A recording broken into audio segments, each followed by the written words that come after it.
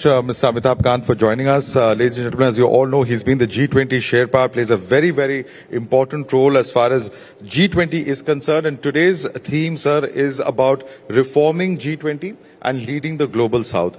After last year's experience where India was leading the G20, how has the experience been this year in Brazil? And there was, of course, the Delhi Declaration. How has the last year been in terms of setting the goals for other countries and other members of the G20? First of all, let me say that India's G20 was very unprecedented and historic. It was historic because India made it from G20 to G21 by including African Union as a member.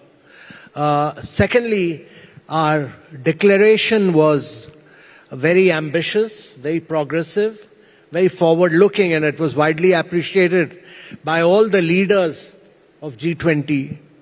And thirdly, we did it very differently from any other country by taking it all over to every state and union territory of India and making it a mass movement. The Brazilian presidency has just got over, and I would say that as a member of the Troika, India assisted and supported them. Frankly speaking, I would say that it lacked ambition. Their only ambition was to have an alliance on hunger and poverty, which they managed to achieve, and India supported them in that. But I think there could have been much greater ambition towards climate, towards energy transition, towards growth, strong sustainable growth, which is very critical. These are critical because global growth is at its lowest right now, at about 3%, lowest since the turn of the century. And while the developed world is growing at 1.8%, the global south, lower and middle income countries are growing at 4.4%.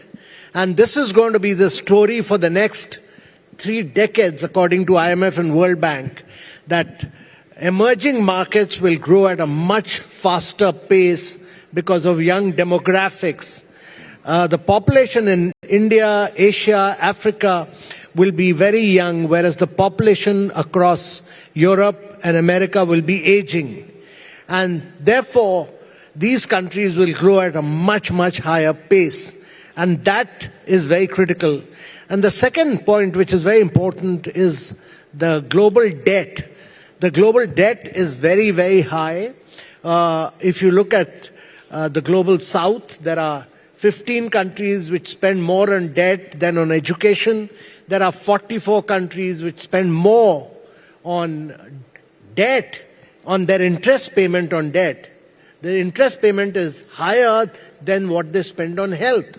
And therefore, there is a need for greater debt transparency, and there's a need for debt restructuring of the global south. Right. And those are issues which should be brought center stage, right, which we hope to do in South Africa now. Absolutely. How much more difficult is it to arrive at a consensus on a global platform such as this in today's world, given that, we had at the time of the Delhi Declaration, the Middle East crisis was not there, the world literally standing divided. Is it far more challenging in today's world to arrive at a consensus in that context? So there are many challenges. First and foremost, we must understand there is a global challenge of a crisis in the heart of Europe. There is a raging war for over 3 years now in the heart of Europe. We should also be very clear that World War I was fought in Europe. The World War II was fought in Europe, and we have this war going on for 3.5 years. You have a huge humanitarian crisis in the Middle East. More people have died in the Middle East in 1 year than what they've died in the Russia-Ukraine crisis over 3.5 years. So you have a Middle East crisis. And then you have a challenge now in Syria. So you have all these challenges. Right. Secondly, you have a very major challenge in terms of global value chains having broken. So you've seen United States putting 100% duty on Chinese automobiles, 50% duty on batteries, etc. And Europe has also moved forward and put a 45% duty on imports from China on automobiles. And this duty is being put because they say that China is overproducing for the world and is supported, their production is based on support by the government subsidizes their production, and therefore they're producing below market costs. And what you will see is more trade wars. So that is the second crisis. And the third crisis, to my mind, is the crisis of new productive forces of artificial intelligence, generative AI, quantum computing. These have the opportunity to enhance production, productivity, transform lives of citizens in education, health, nutrition, many areas.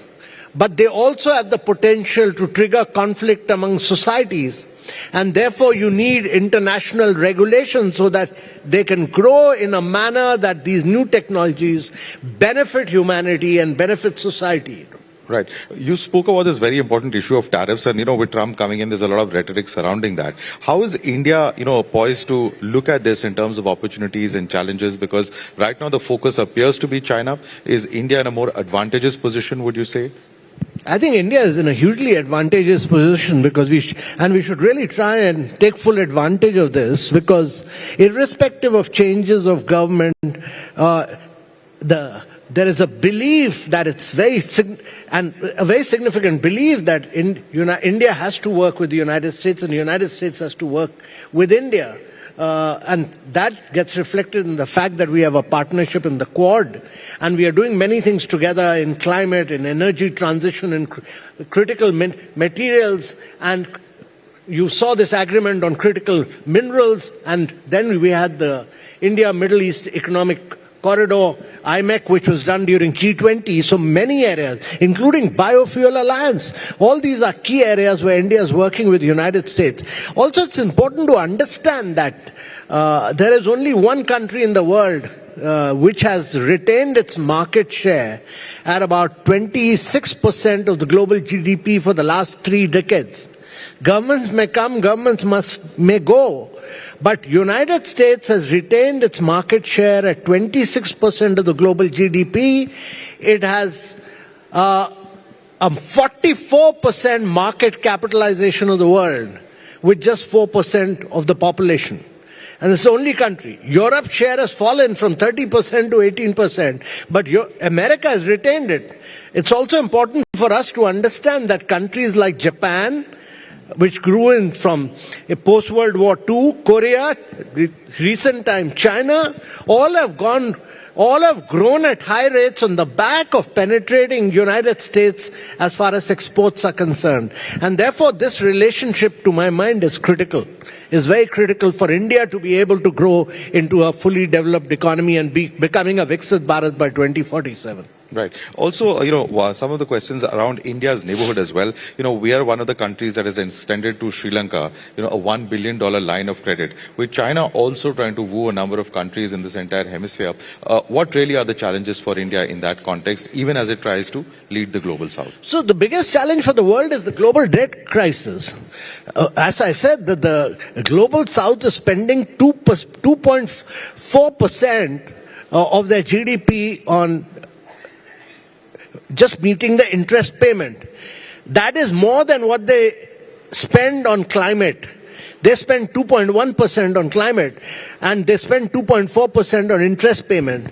That is why, the interest payment just look at this, interest payment on debt is higher than what they spend on health in 44 countries of the global south. And therefore, there needs to be a debt transparency.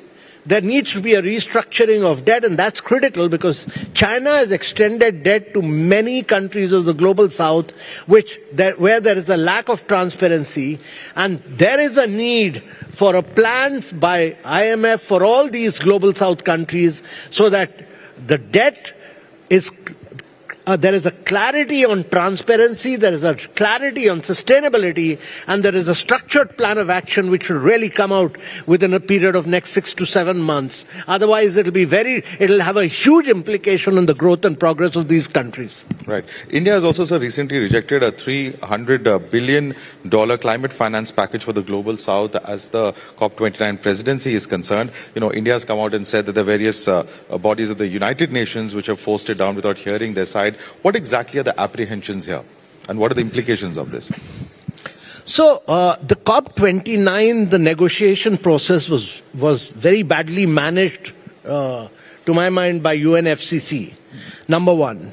Number two, I really feel that the basic principle is what was agreed to at COP21 in Paris, which was based on common but differentiated responsibilities. That 82% of the total carbon space in the world has already been occupied by the developed world. There's very little left for developing countries like India and the Global South. Now, they have taken away all the carbon space and they're still doing greenhouse gas emission. And they want to achieve 1.5 degrees centigrade by 2050 without providing either the finance, technology or capacity building which was agreed to at COP21 in Paris. So they're changing the goalpost. And that is why agreeing only to $300 billion, whereas what they should support for 1.3 trillion.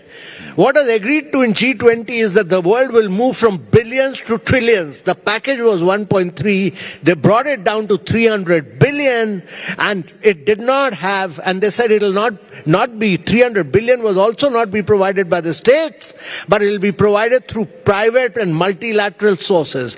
So there was a total denial, there was a total back out from what was agreed to at COP21, and I think it was the worst possible deal, and that's why India did not agree to it.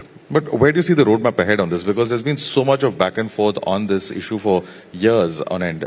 Where do you see this headed? So I think no deal is better than a bad deal as far as climate is concerned, and India took the right stand, to my mind. Right. Also, as far as India's neighborhood, another question, as far as the BIMSTEC itself is concerned, under the Sheikh Hasina government until recently, India was in touch with, neighboring countries such as Bangladesh over economic and technical cooperation.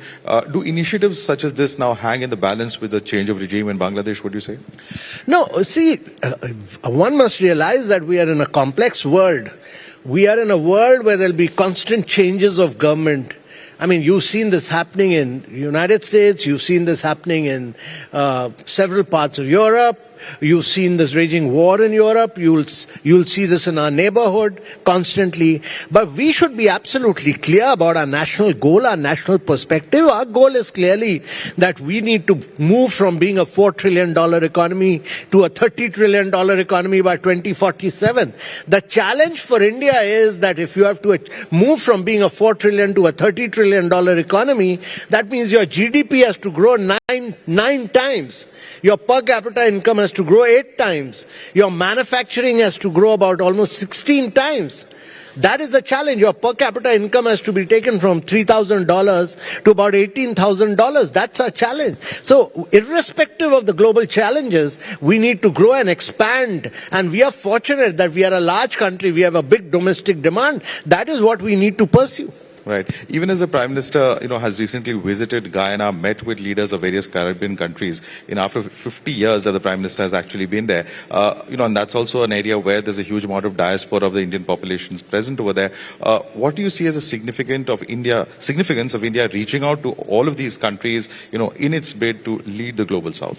So, the Global South is critical. Why I'm saying this is that, IMF has said that three-fourths of the growth for the next 3 decades will come from emerging markets.